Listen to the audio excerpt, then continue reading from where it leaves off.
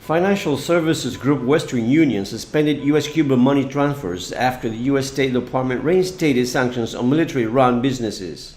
This was justified after Washington sanctioned the Cuban remittance processing company Orbit that was working with Western Union. However, some analysts say the impact of not having financial services cannot be ignored. It has an impact because the government in Cuba uses the money mainly to maintain the electric power, to maintain these hospitals, to maintain the schools, to maintain the food of the ration card. So if you make life difficult for the government, there's no way that has no impact on the people. The Cuban Ministry of Foreign Affairs issued a statement saying countless Cuban families will be affected by the suspension of sending remittances through Western Union to Cuba as a result of the U.S. government's change of course in its irrational hardline policy towards the island. Several Cuban citizens shared their reactions over the reinstated U.S. sanctions. En contra de la economía nuestra, por supuesto. It all aims against our country's economy and the families who will no longer receive the financial assistance. This measure aims to have the Cuban government adopt what they call a democratic aperture, but it won't work. It will only inflict more hardships on our people. Political analyst Carlos Alzugaray says the remittance cut and other recent U.S. measures are policy change-oriented. After more than 20 years of offering financial services to Cuba, Western Union was first forced to close after its Cuban partner FinCimex was blacklisted in 2020 during the first Donald Trump presidential term. After some restrictions were lifted, the company was able to resume full operations in 2023. Authorities say tough U.S. economic sanctions on Cuba, including a move this month to suspend Western Union money transfers to Cuba, will only worsen hardship for the people and lead to more shortages, increased migration, and family separation. Luis Chirino, CGTN, Havana. Hello, everyone. This is a topic that needs to get brought up, and it's about XRP and Cuba, the deep connections, of course, to decentralization moving forward. Now, what I mean by that is something that I've touched on recently with another particular video. And the video I'm referring to is the video that is titled XRP Holders Own a Slice of Ripple's Future Cash Flows. You could consider this maybe a part 2. So with that said, I had a person in the community that reached out to me. Shout out to Grape is his name. And the reason why I want to point him out is because of this. He said that he, of course, watched one of my recent videos, which is the one I just talked about. And he said, basically, at the end, I brought up a thing called Pursa exchange. Now, if you've seen that video, you know already what I'm talking about. It, of course, intrigued him, so he did some digging. And boy, did he ever do some digging. So shout out to any of you guys that do these deep dives. Hence why I have guys like Jesse that you see here with this collaboration. So it brought him to the conclusion that there's this thing called Obitas, and it turns out actually to be called Obita. And basically that led him to a grok conversation. And as it turns out, this thing called Obita is a crypto platform developed by a guy in Cuba, hear me out, named Mario Mazzola. And what's very interesting is that Cubans are mostly debanked.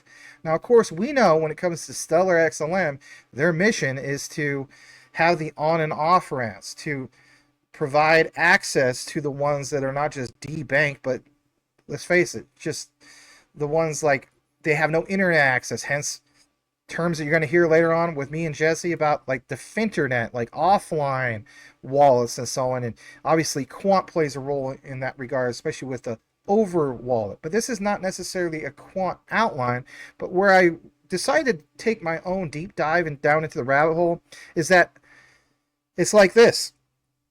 This guy Grape has Cuban friends. I have some Cuban friends. Obita provides a way to exchange, for example, BTC peer-to-peer, thereby bypassing U.S. sanctions and other regulatory challenges. Now, we know, and even Jesse has shared this, that Augustine Carstens of the Bank for International Settlements said, we cannot get involved with the BRICS countries.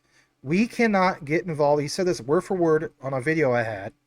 We can't get involved with them, any of those countries that have those sanctions. They just simply won't do it.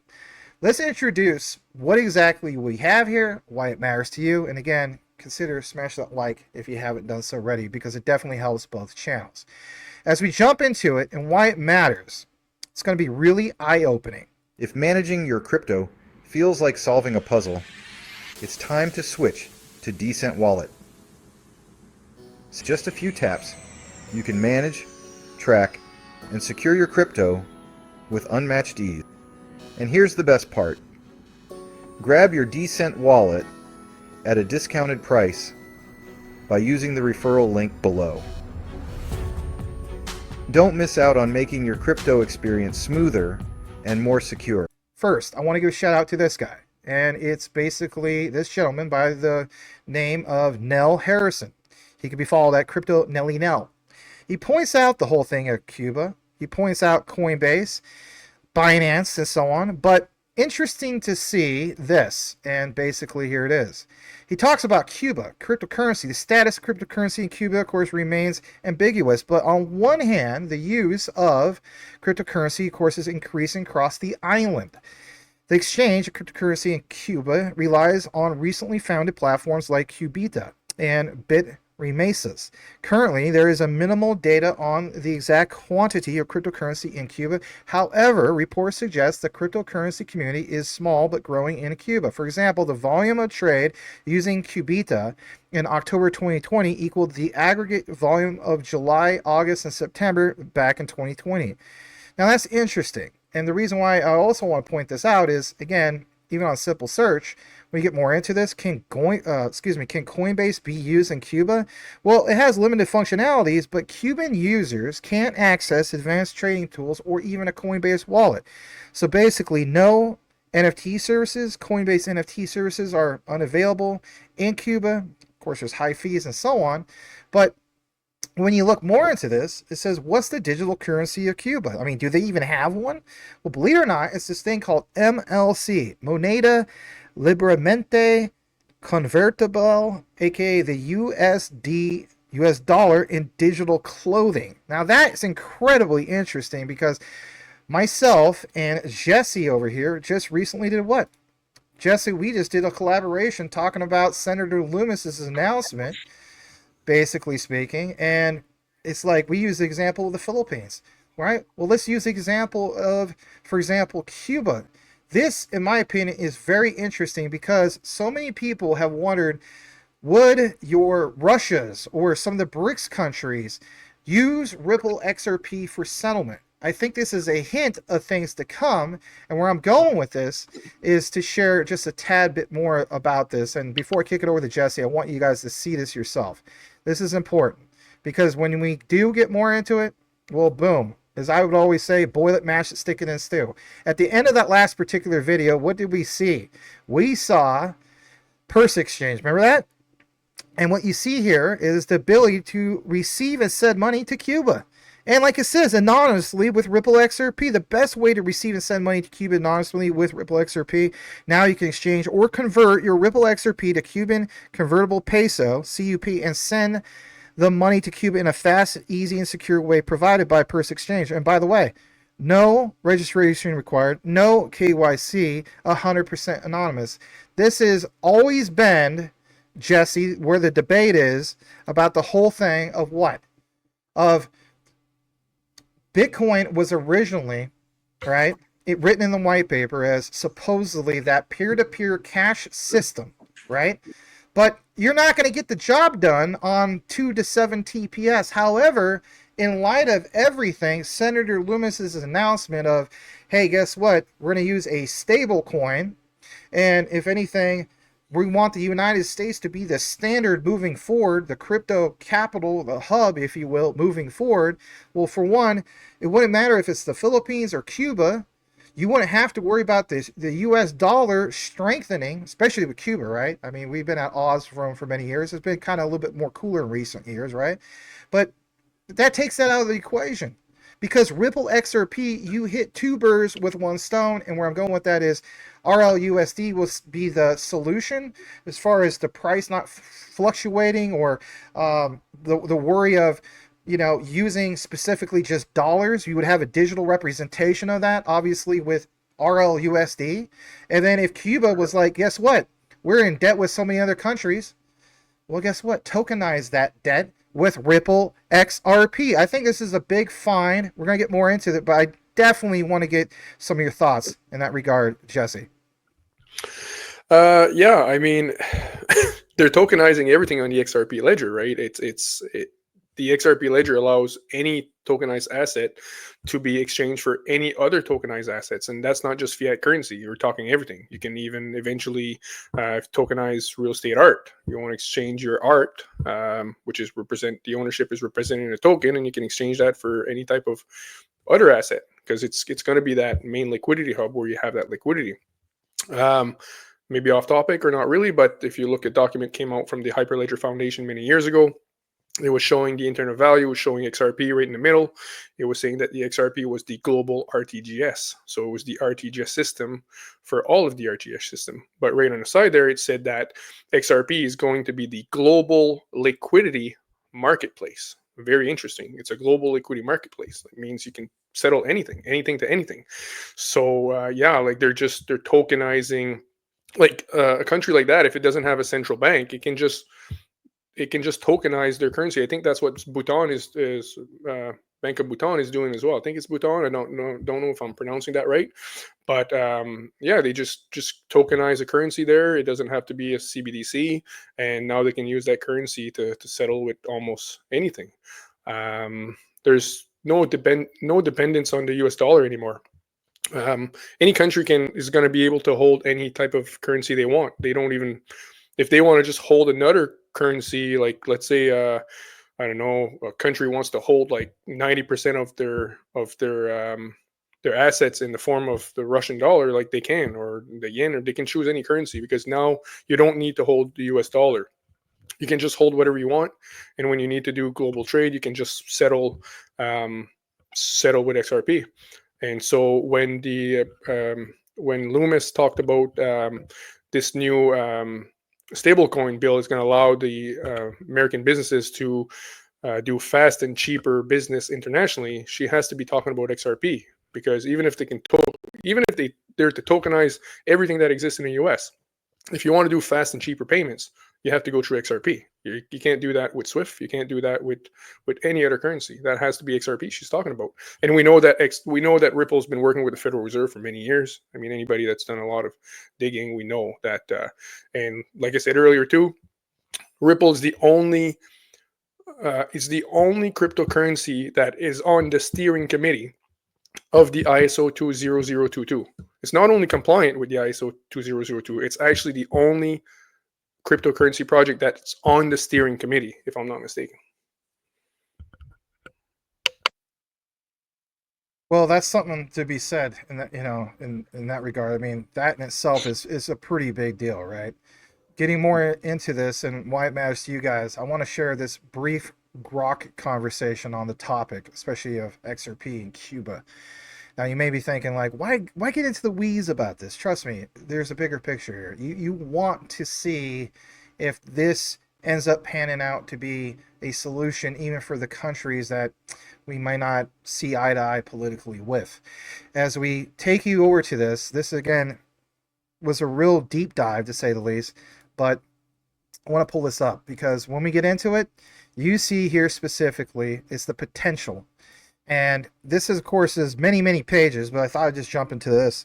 According to Grok, while they don't have the specific updates beyond April 2023, they were able to infer some possibilities based on trends. And I know a lot of this seems speculative, but to me it made sense. So for one, growth and adoption. Given the 30% download increase in 2020 and the trade volume spike, Qubita, since we talked about it earlier, likely continue to grow, especially as internet access in Cuba improved and global crypto adoption rose. By 2025, it may become a leading platform for Cuban crypto users, though its user base might be relatively small compared to like other global platforms. But remember how we talked about regulatory changes, especially now in 2025? The Cuban government might have introduced clear regulations by now, either formalizing platforms like Qubita or imposing restrictions if licensed under the 2021 resolution, Cubita could have gained legitimacy, but a crackdown could have pushed it underground. And then how about this? How we talk about payment gateways all the time? Well, if e-commerce in Cuba advanced, Cubita's payment gateway for businesses might have been launched, enabling small merchants to accept, for example, BTC and further integrate crypto into the local economy. I mean, if we have a switch, right? And this is where I'm going to come back into the whole frame with Jesse. We talk about this whole concept, Jesse, of a potential flip of the switch. My attitude is with the United States moving forward, right, with regulations and stablecoin bills moving forward, well, it would affect the rest of other, the world, other countries, hence your Cubas and so on. Then you enter in, for example, what we shared earlier with Pursa exchange, where there's no registration required, no KYC, you could be strictly anonymous. Well, I said this in an outline about 2 or 3 videos ago. I said that XRP, in my opinion, is a bank-to-bank, I should say peer-to-peer, bank-to-bank ability that follows the original Bitcoin white paper to a sense, but mainly for that bank-to-bank. Not so much of that peer-to-peer, but definitely that bank-to-bank. Well, now you would have a solution for Cuba moving forward because they're going to have to figure out something. They're gonna. You trying to tell me that their government is not talking to other governments about what the United States is doing? They're always paying attention to what we're doing. They're always paying attention to what the world's doing. But they can't just be. Come on, man! Like all those people driving, cars from the 1940s and 50s, right? Still over there, which is kind of cool. I mean, I think that's kind of nostalgic. But your payment rails are still going to be. Dating back to the early 20th century moving forward? No, they're going to figure out that there is ways to have your on-ramps and off-ramps, and you could do it anonymously, and you could do it with a Ripple XRP. Well, now, combine that with other countries outside of Cuba that have the same type of situation. Well, for us as Ripple XRP holders, that's a major win moving forward. It's not just a major win for that country, it's a win across the board. Your thoughts? Oh, wow. Honestly, like the sanctions and everything talked about earlier, I think the sanctions that we placed on Russia, the US placed on Russia and so on, like I think all of these sanctions or pressure that we're putting on using the SWIFT system, I think that's just forcing people to adopt XRP faster and quicker. I think it's I think possibly when they put the sanctions on Russia, I know this sounds crazy, but I think it was just to help the adoption of XRP. Yeah, like the whole world's being tokenized. I mean, I think this has been planned for many years. I think the majority of the countries, I mean, every one of them knows XRP is the real solution. It's been planned for, in my opinion, 40 years. I proved that in one of my videos, I believe. So they're all going to use XRP. It's to get rid of the US dollar as a global reserve currency. Like you're still going to have, in my opinion, global reserve currency to a certain degree. I mean, some currencies are going to be used more than others, but they're not. Every country is not going to have to hold a specific currency, a specific sovereign currency like the US dollar in order to do their trade. That's not. They don't need to do that anymore. If they want to hold it because they think it's to their advantage, they can, but they're not going to need to. And I think they're all going there, and we're seeing that in the regulations. All the regulations now starting to come up. It's all lining up for the end of 2025. We see the ISO standard. Everything has to, like a flick of the switch at the end of 2025. I mean, everything's lining up for the end of 2025. And even the document I was talking about, coming from the Hyperledger Foundation, which is the biggest consortium of the most powerful tech companies, banks, universities in the world, that document as well, when they're showing how they were laying out the Internet of Value, it was showing by 2025, all of the central banks, commercial banks, and liquidity providers were all holding XRP. That's the Internet of Value document that came from the NTT data on Everest, which was part of the Hyperledger Foundation. I think now it's called the Open Consortium. I can't remember the name. They changed the name, but it used to be the Hyperledger Foundation. It's hosted by the Linux Foundation. But that document as well was shown by 2025. Everybody was holding XRP. So this is the plan. Like this is a plan. It's been planned for years. And I think it's going to sound maybe a bit arrogant, but I'm going to say I know that the XRP is technically the new special drawing rights of the IMF. Oh, in one way or another, it's technically they're recreating the special drawing rights of the IMF. So that's what XRP is. I did a video on that as well. But yeah, to me, it's the new special drawing rights of the IMF. And because they're doing exactly what was depicted in the Economist magazine, the Rising Phoenix. In Rising Phoenix in 1988, the paper came out in 1988. It talked about this new global reserve currency that was going to facilitate global trade, kind of get rid of the dependence on the US dollar as a global reserve currency. And it talked about how the IMF would be the player that would be controlling and managing this currency. And to me, the 50 billion escrow XRP Ripple has, the 50 billion XRP, that's pretty much for the IMF, maybe a bunch of central banks and so on. But Ripple is simply, I should add that when you look at the Rising Phoenix article in that magazine, the Economist magazine, 1988, depicting that by year 2020, a new global reserve currency by 2018, and when you compare that with the XC platform that the IMF has, they're both identical. The IC platform, if you take IC platform, the XC platform of the IMF, and you put that in Grok 3 and you ask it to compare the XC platform with XRP, it's literally it does everything the XRP Ledger Ripple Net does to a T. So yeah, this has been planned for years, definitely, and that's why they're all tokenizing everything.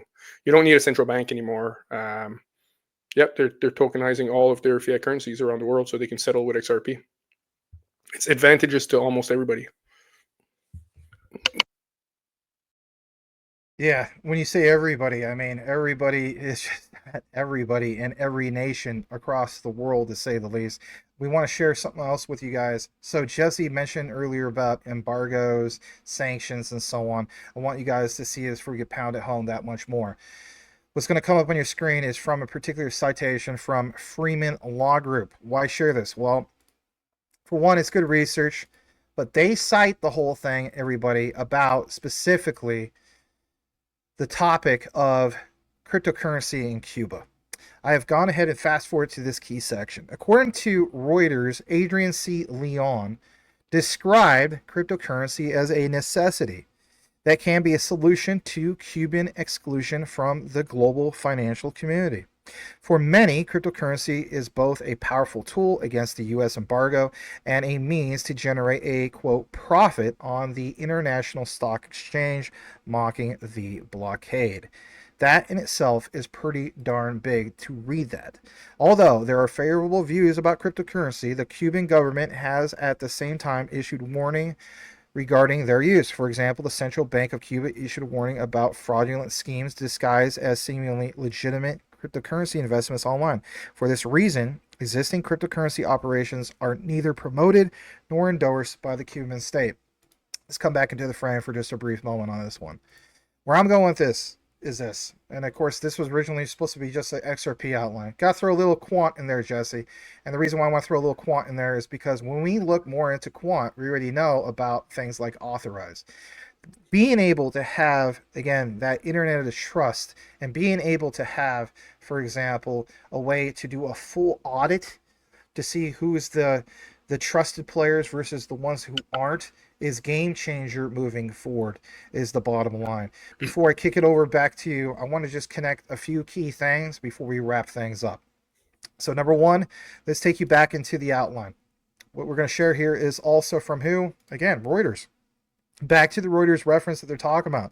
Because back in 2022, Reuters pointed out that Cuba did approve cryptocurrency services that required a central bank license. I mean, think about that for a moment. On top of that, we also have another example that comes from CoinDesk. was about policy. Central Bank of Cuba to license digital asset service providers. Licenses, at least then, would be valid and would be extended for an additional year. What happened after 2023? Again, nobody knows. But when you get further into it, even in this citation from Al Jazeera, right? Cuba to recognize, regulate cryptocurrency. And like it says, popularity of the digital currency grew at that time in Cuba in part because of restrictions on remittances from the United States. Well, what happens when those restrictions, to a sense, due to decentralization, are your ways of going through other avenues? Hence the one we just cited earlier, everybody, just in case you missed it, when we talked about what? We talked about this right here. Things like Pursa exchange, where there's no KYC needed. And basically speaking, you can send, for example, the CUP and have it converted to XRP or vice versa. Again, no exchange, no registration required. It's 100% anonymous. I think that speaks volumes about it all. And even to pound it home that much more, we also see this. Shout out to Edo Farina. He reported earlier this year, January 20th, just in case you want something that's a little bit more of an update. He said at that time, Cuba dropped an official meme coin that pumps to millions in no time, only to delete the tweet and rug everyone shortly after. Again, the Cuban government realizes that they can have malicious players in their own country. We're not the only ones doing it here in the United States. So the point is, moving forward, they want some of that internet of trust. So the way I look at it is, it's the deep dives. It's getting into the weeds of it. If you're not aware of it, even from Wikipedia, in August 2021, Cuba followed with Resolution 215 to recognize and regulate cryptocurrencies such as BTC. However, if you look into it more, straight from CNBC, Cuba's central bank, of course, recognized cryptocurrencies such as BTC, but again, something happened. It's called something happened. A lot happened. A lot has happened since basically what? 2022, 2023 moving forward. Things like Terra Luna happened. Things like FTX happened. So you do have to have that sense of trust moving forward. And again, back to what you mentioned earlier, touch bases on it one more time if you wish. I look at it from this perspective. If Cuba doesn't have access to the internet like they claim, and we've been researching, Jesse, which we have been, about this concept of the finternet, well, it makes me wonder, offline CBDCs. This is why Augustine Carstens has been putting so much emphasis on this. The writing is literally on the wall. Quant is the trusted solution moving forward. XRP, like you mentioned, is the value moving forward. Your closing thoughts, Jesse?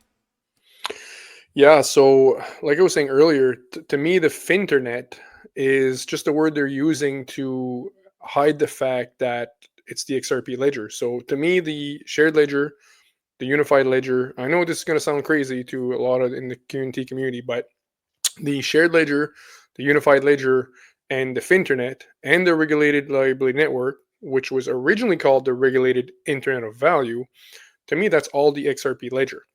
Now, quant plays a huge role in that because quant provides the programmability, interoperability, and custom APIs for all of the legacy systems, all the systems that exist to connect into the shared ledger and into all the other blockchains as well, and allow the world to create what are called multi-chain applications. But the finternet, to me, because originally a regulated liability network was actually called the regulated internet of value. The first time they ever mentioned it in the city document was called, in the Citibank document, was called the regulated internet of value. But they changed the name immediately. And now they started calling the regulated liability network, regulated settlement network. Why did they change the name? Because they don't want people to realize it's the internet of value. Everybody knows that the internet of value, that it's XRP. Because everybody knows that the internet of value is XRP. So now they're calling it the finternet. Well, finternet, isn't that interesting? Financial internet, internet of value. I could show you 1,000 clips of Brad Garlinghouse or David Schwartz or anybody at Ripple saying we're building the internet of value, we're building the internet of value, we're building the internet of value. Everybody knows the internet of value is Ripple. So if they start saying the internet of value, or they call it the regulated internet of value, we're going to know it's Ripple. So that's the Finternet. It's the shared ledger where, because Gilbert Vernian said they partnered with R3, who are bringing in the shared ledger where all of the tokenized assets will reside. And so that shared ledger is the XRP ledger. Now, it could be the XRP ledger in XLM interconnected with the interledger protocol. Like I said, because we're seeing in BIS documents that the interledger protocol is what connects the unified ledger. And then quant and the XRP ledger, we know the XRP ledger is built on the interledger protocol. And who built the interledger protocol? It's Ripple. They built it, they created it, and they're the ones who've been financing all the progress on the interledger protocol and the XRP ledger, which sits on the interledger protocol. So again, the Finternet is just another name they use, so we can't figure out that the XRP ledger is the main ledger where it's going to bridge all the liquidity, it's going to settle all transactions. It is that Internet of Value, and then Quant is the Internet of Trust, allowing the whole world to connect to blockchain and really use blockchain. But Quant provides the interoperability, but it also provides the programmability of money. So with Quant, they can program those tokenized assets, which is some of the Quant solutions that we're seeing right now. But yeah, I guess that's all I have to say on that for now. Don't want to make the video too long. Like Forrest Gump, everybody, and that's all he's got to say about that, right? So with that said, so glad to do another collaboration with Jesse over at Apex Crypto Consultation. If you haven't done so already, give him a follow on his channel on both YouTube, and he's also on X, and we'll be providing you guys a little bit more of these deep dives and collaborations here soon. So do us a solid if you listen to the entire outline and type this key 3 letters into the comments, and that is IOV, as in Internet of Value, and myself and Jesse will know that you listened to the entire outline. On behalf of us both, as the saying goes, know what you have, know why you hold it. The research, yes, the deep dive research trumps FUD 110%. We will see you on the next one.